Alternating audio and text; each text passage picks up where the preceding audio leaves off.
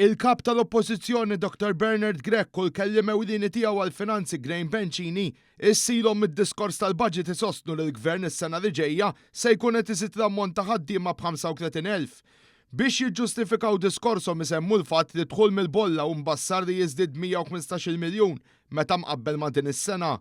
Iżda analisti li tkellmu ma' One News esprimew tħassib kbir fuq dan id-diskors għax jikxef kemm fil-Partit Nazzjonalista żdiedet l-inkompetenza fl-oqsma tal-ekonomija u l-finanzi.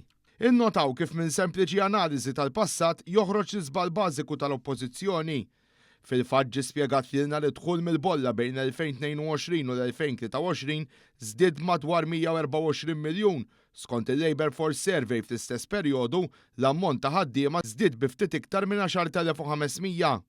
Għaldaqstant ma jreġix l-argument tal-oppożizzjoni li bżied inqas fil-bolla fl-2025 jista' jkun hemm 3 darbiet iżjed ħaddiema.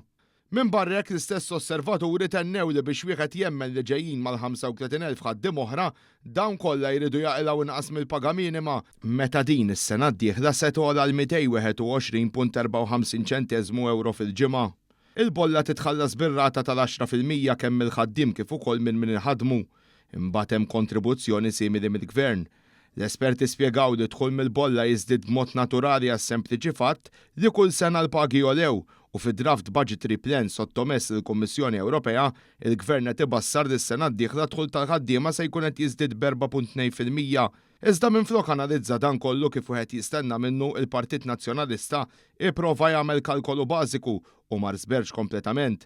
Mhux ta' bxejn li ħejja dokumenta qabel il-budget ieħor bla sustanza u ma rridx joħorġu fil-pubbliku min jeddu.